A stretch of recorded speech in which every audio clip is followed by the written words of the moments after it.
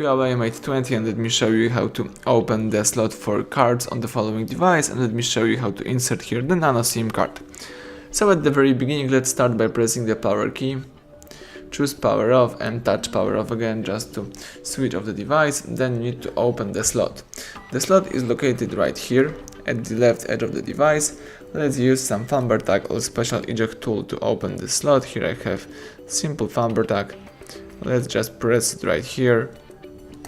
Alright, and now you can remove the whole slot. So here you can insert two Nano SIM card, or you can use one slot also for the special SD card. But in my case, let me just use it for the SIM card. So here I have my SIM card with the characteristic edge right here. Let's put it that way. Alright. This is the properly inserted SIM card, and let me put the whole thing into the device. As you can see, my device is already turning on, but it doesn't matter.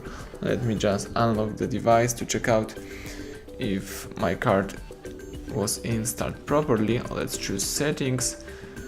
Here let me tap wireless and networks, tap dual SIM settings, and as you can see, my SIM card is right here, so everything went well. Now you can go back and start using your device.